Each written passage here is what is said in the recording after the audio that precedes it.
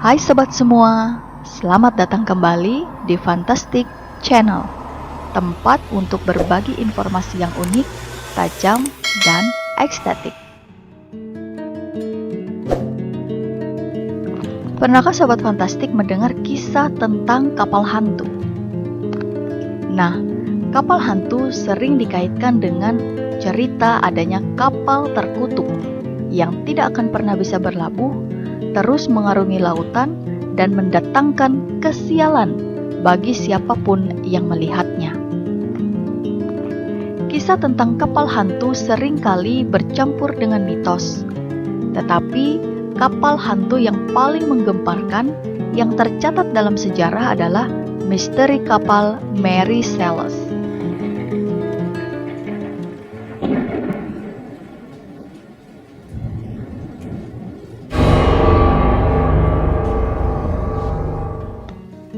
Hari Rabu tanggal 4 Desember 1872, awak kapal Dei Gracia melihat sebuah kapal terombang-ambing tanpa arah di lautan, sekitar 600 mil sebelah barat Portugal.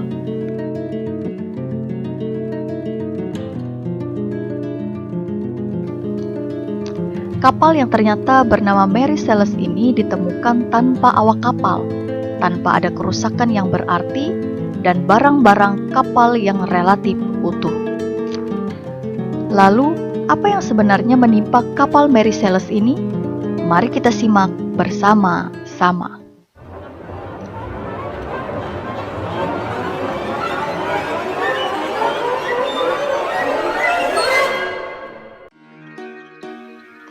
Tahun 1860, di sebuah pulau bernama Spencer, Kanada, sebuah kapal layar bertiang dua mulai dibuat.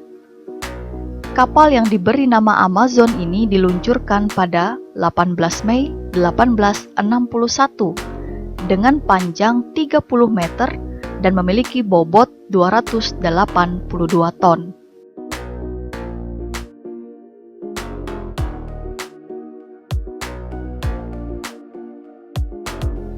Kapten pertama kapal Amazon bernama Robert McClellan. Sayangnya, dalam pelayaran Amazon yang pertama bulan Juni 1861, kapten pertama ini jatuh sakit dan meninggal.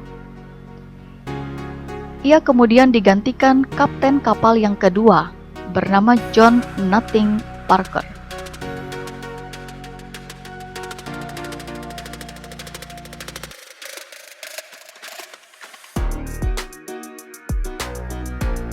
Dalam pelayaran menuju London, Amazon menabrak kapal nelayan dan pada saat dilakukan perbaikan di pelabuhan, kebakaran kecil terjadi.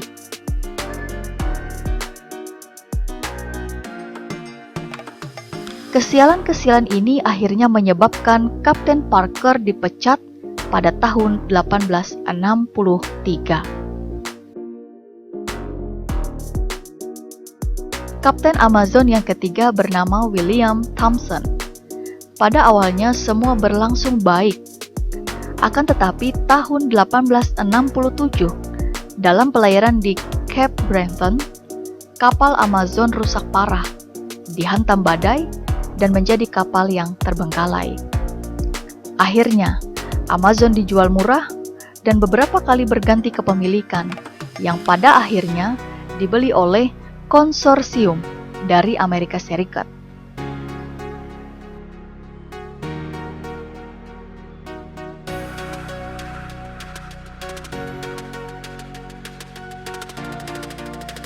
Pada tahun 1868, kapal ini resmi berbendera Amerika dan memiliki nama baru, yaitu Mary Celeste.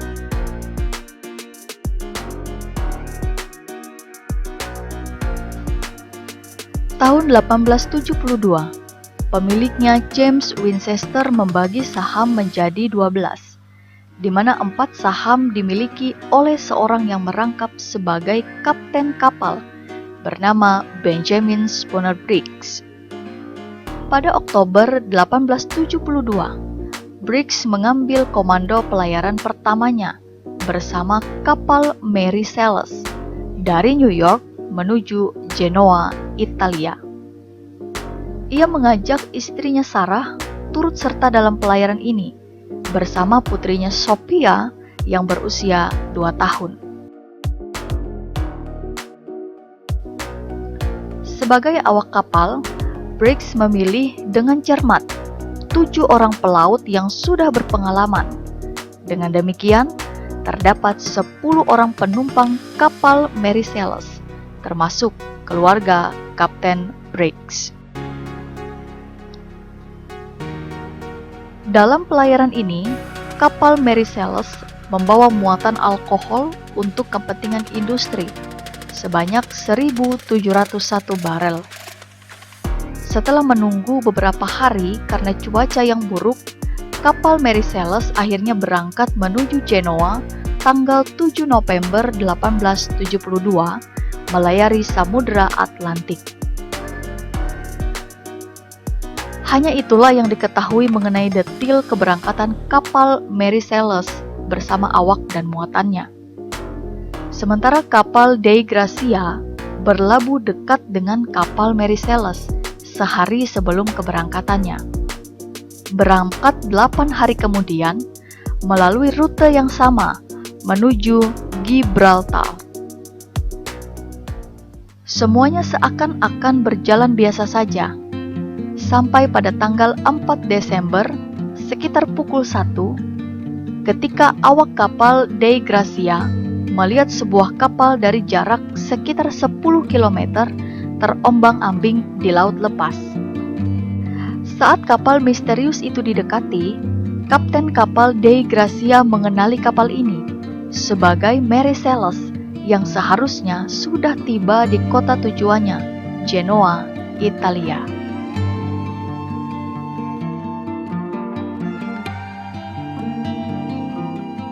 Lokasi ditemukannya Mary Celeste adalah antara Azores dan pantai Portugal.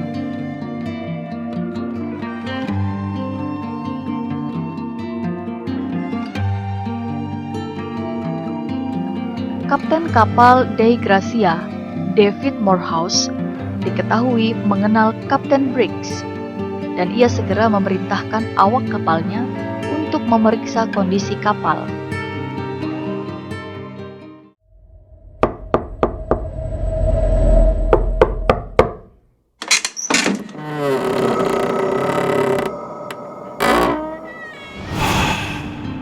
Kapal Mary Celeste dalam keadaan kosong melompong tanpa awak.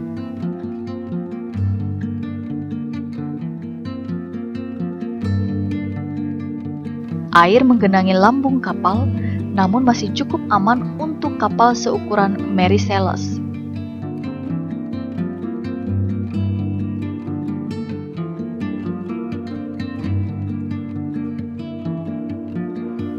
Sekoci penumpang sudah tidak ada lagi di tempatnya.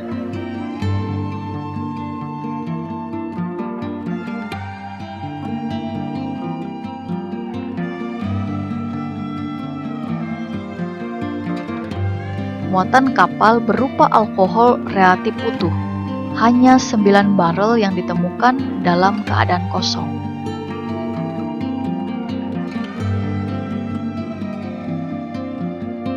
Dalam buku harian kapten kapal, catatan terakhir adalah tanggal 25 November pukul 8 pagi atau 9 hari sebelumnya yang berjarak 740 km dari lokasi ditemukannya Mary Celeste. Kondisi lainnya saat ditemukan pada umumnya menunjukkan layar kapal sebagian rusak, berkas kapal dan alat navigasi hilang, jam kapal dan kompas tidak berfungsi, 1 pompa rusak, tetapi tidak ada tanda kekerasan dan logistik kapal masih utuh. Awak kapal Dei Gracia kemudian membawa Mary Celeste ke Gibraltar yang berjarak 1.100 km. Sidang penyelamatan terhadap kapal Mary Celeste dimulai pada tanggal 17 Desember 1872. Tujuannya adalah memutuskan apakah para penyelamat, yaitu awak kapal Dei Gracia, berhak atas pembayaran dari perusahaan asuransi kapal Mary Celeste. Tetapi keganjilan luar biasa yang menyertai misteri kapal Mary Celeste ini membuat awak kapal Dei Gracia menghadapi kenyataan yang berbanding terbalik dengan harapan mereka.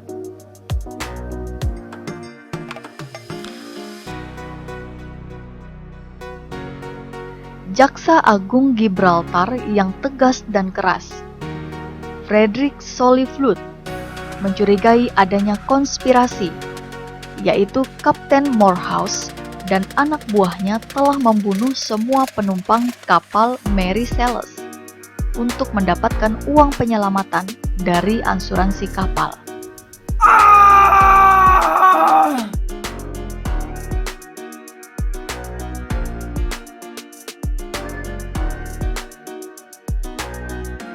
Flood memerintahkan penyelidikan secara cermat terhadap kasus ini. Tetapi sayangnya, setelah dilakukan penyelidikan selama sekitar 3 bulan, tidak ditemukan adanya bukti-bukti kuat yang mendukung dugaan jaksa Flood.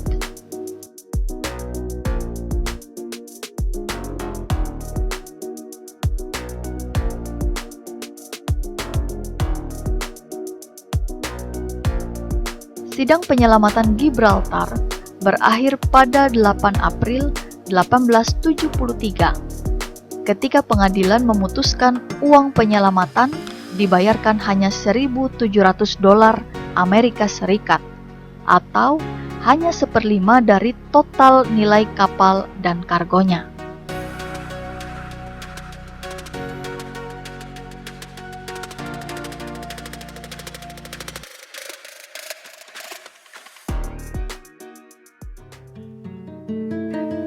Bagaimana akhir dari kapal Mary Celeste? Mary Celeste meninggalkan Gibraltar tanggal 26 Juni 1873 dan tiba di New York 19 September 1873. Setelah sidang penyelamatan di Gibraltar, kapal Mary Celeste terpuruk dan dijual murah kepada konsorsium New York. Di bawah kepemilikan yang baru, Mary Celeste hanya berlayar terbatas di Hindia Barat dan Lautan Hindia, dan dilaporkan sering mengalami kerugian. Bulan Februari 1879, Edgar Tuthill menjadi kapten kapal ketiga yang meninggal saat berlayar bersama kapal Mary Celeste. Bulan Februari 1880, Mary Celeste kembali dijual kepada mitra dari Boston yang dikepalai oleh Wesley Gough.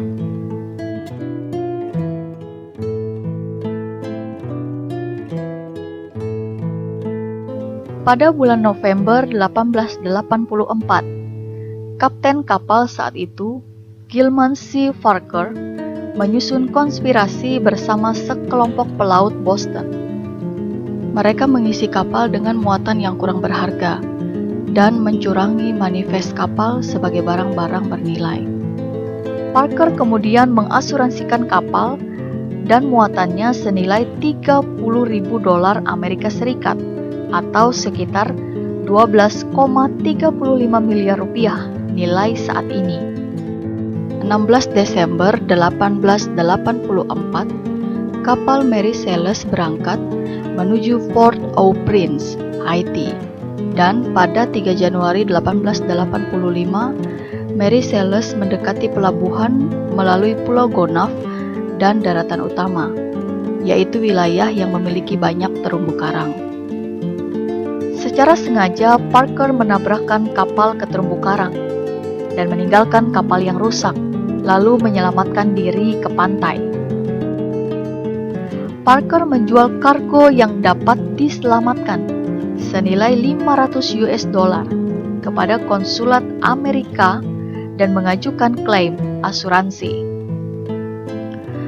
Modus kecurangan asuransi tercium ketika konsulat melaporkan tidak bernilainya barang yang dijual oleh Parker, dan segera pihak asuransi memulai penyelidikan kasus ini. Parker dan krunya diadili di Boston atas tuduhan kecurangan asuransi, ditambah dengan kejahatan meninggalkan kapal atau barratry.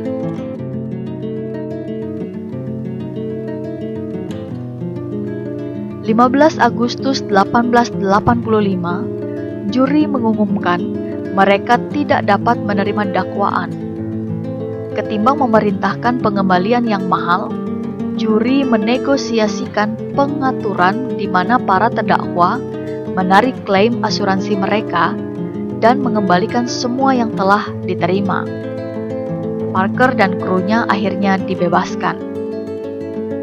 Tetapi nasib malang terus mengikuti mereka. Usai terkuaknya kecurangan asuransi, salah seorang anak buah kapal Mary Celeste mengalami depresi dan akhirnya menjadi gila.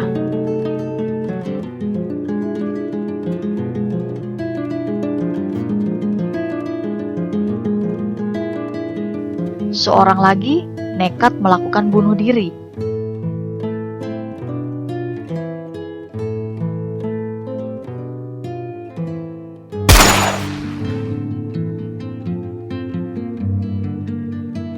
Sementara Kapten Parker sendiri, reputasinya menjadi ternoda. Ia akhirnya meninggal dalam kemiskinan 3 bulan kemudian.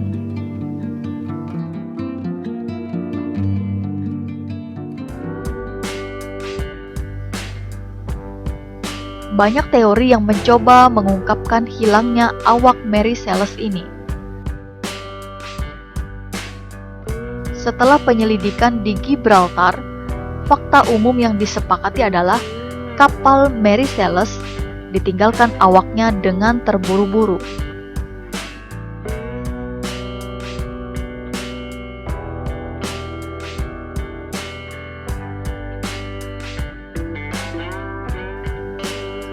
Hal tersebut didukung bukti bahwa tali pengikat sekoci yang hilang tidak dilepaskan sebagaimana biasanya, tetapi dipotong.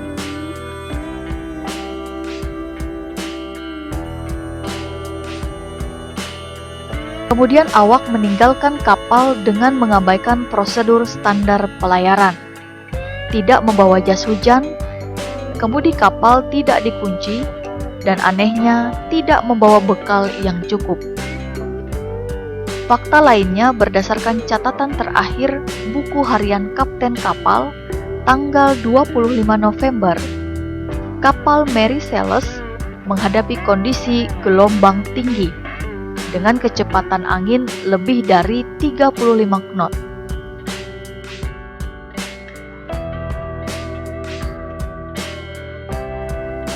Meninggalkan kapal di tengah laut lepas adalah hal terakhir yang diputuskan seorang kapten kapal. Lantas, mengapa seorang kapten kapal yang berpengalaman seperti Briggs mengambil keputusan ini? Teori pertama, bajak laut. Pembajakan kapal dapat dikesampingkan.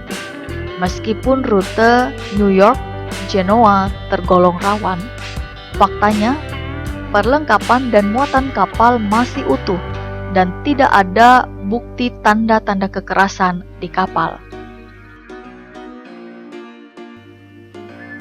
Teori berikutnya adalah konspirasi. Yang paling sering dikemukakan adalah dugaan konspirasi antara Kapten Briggs dengan Kapten Morehouse, yaitu kapten kapal Dei Gracia yang menemukan Mary Celeste. Pendukung teori ini menyodorkan bukti bahwa kedua kapal ini sempat berlabuh di tempat yang sama. 1 hari sebelum keberangkatan Mary Celeste, keduanya diduga kenal baik dan sempat bertemu.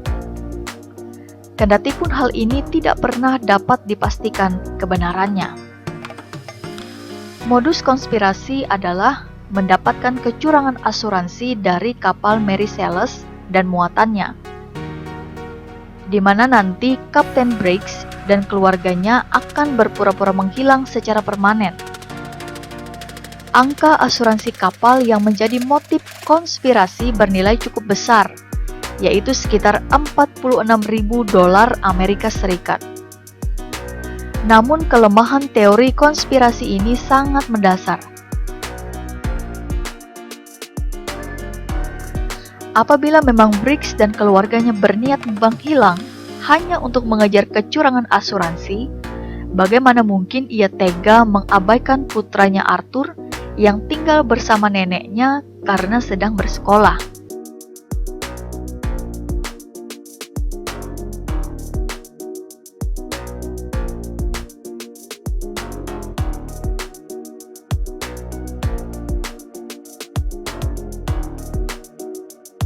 Kelemahan berikutnya adalah fakta bahwa Kapten Briggs adalah pemilik saham kapal Mary Celeste terbesar kedua.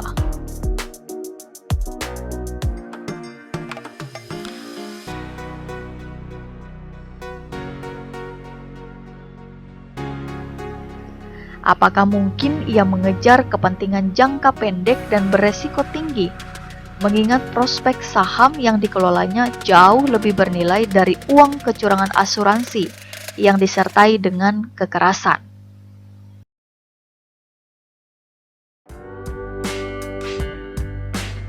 Teori ketiga adalah pemberontakan awak kapal.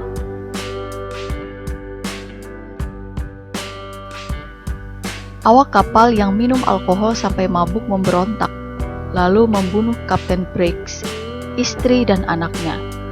Keadaan menjadi tidak terkendali.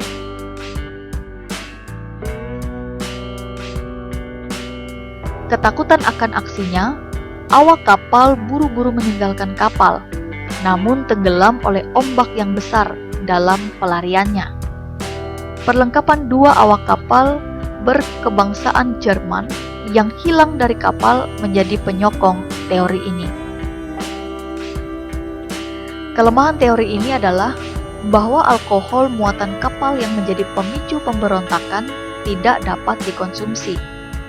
Tidak ada tanda kekerasan kapal, dan bahwa perlengkapan ABK yang hilang itu memang karena mereka pernah mengalami karam dalam pelayaran yang terdahulu. Teori yang keempat adalah terjadinya ledakan akibat alkohol.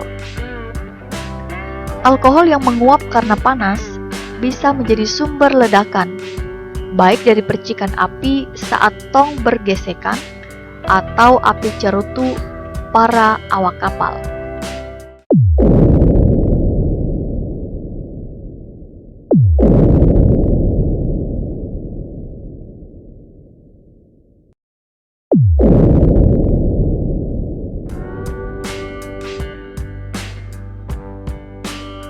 Briggs yang belum pernah membawa muatan alkohol sebelumnya menjadi panik akibat ledakan ini dan memerintahkan evakuasi awak secara terburu-buru.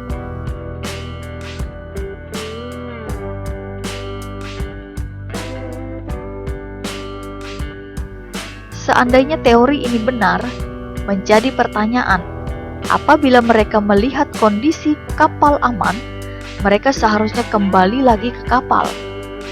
Fakta lainnya adalah bahwa 9 barel yang kosong tersebut kemungkinan besar bocor karena bahannya yang berbeda. Kelemahan lainnya adalah pada saat ditemukan, palka kapal dalam keadaan baik, tidak ada tanda bekas ledakan ataupun bau yang mencurigakan.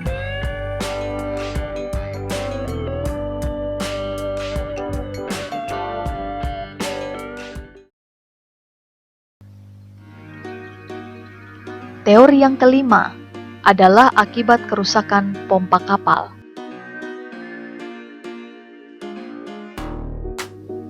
Mary Celeste diketahui membawa muatan batu bara dalam pelayaran sebelumnya, sehingga kapal sempat dilakukan perbaikan.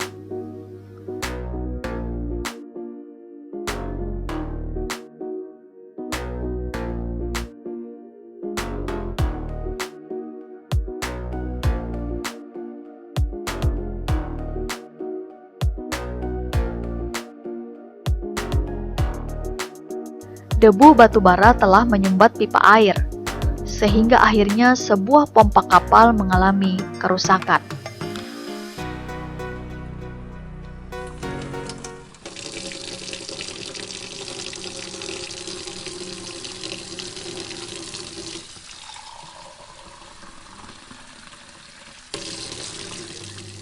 Dengan tidak berfungsinya semua pompa, air dengan cepat mengisi lambung kapal.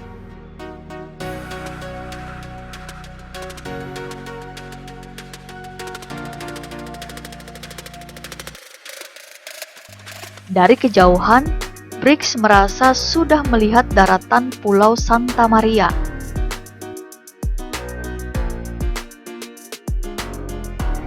Takut kapal akan segera karam karena faktor pompa yang rusak, air yang terus mengisi lambung kapal, dan merasa daratan berada dalam jangkauan, menyebabkan Briggs memerintahkan dilakukannya evakuasi.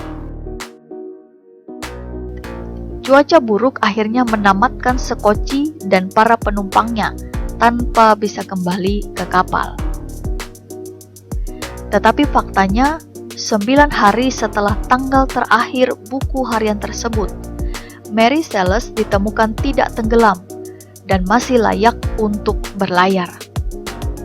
Apakah mungkin kapten berpengalaman seperti Briggs melakukan kesalahan prediksi yang fatal, ataukah ia menjadi terlalu panik sehingga melakukan evakuasi yang tidak sesuai prosedur? Teori yang keenam adalah fenomena alam yang disebut water spot, yaitu pusaran air laut yang menjulang tinggi dan bisa menarik benda-benda di sekitarnya. Teori ini memungkinkan, tapi sulit dibuktikan sebagai fakta dalam kasus Mary Celeste. Teori yang ketujuh adalah gempa bumi bawah laut. Pergeseran lempengan tektonik skala kecil yang terjadi di dasar samudra dapat menyebabkan turbulensi permukaan laut. Hal ini bisa berkaitan dengan teori ledakan alkohol yang menyebabkan kepanikan awak kapal.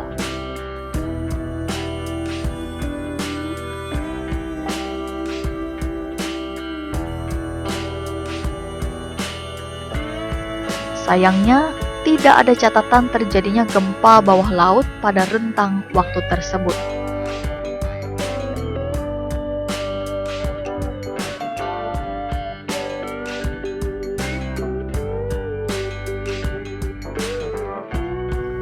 Selain itu, ada banyak teori yang dikaitkan dengan hal-hal mistis, termasuk dugaan bahwa awak kapal Mary Celeste diculik makhluk luar angkasa atau alien. Begitu juga adanya monster laut yang bisa menyerang awak kapal.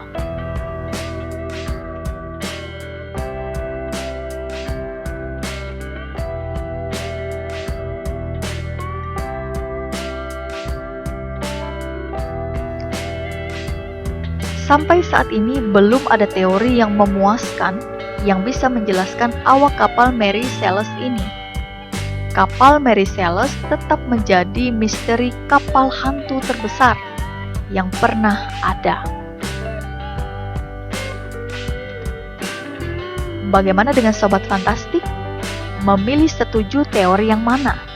Ataukah memiliki teori sendiri yang berbeda? Yang jelas, kita patut mengingat kalimat klasik para pelaut yang menyebutkan bahwa laut tidak pernah memberikan seluruh rahasianya. Nah, Sobat Fantastik, inilah fakta sejarah tentang misteri kapal hantu Mary Celeste yang belum terpecahkan. Terima kasih telah mengikuti dan jangan lupa subscribe channel ini. Sampai jumpa dalam fakta unik berikutnya. Terima kasih.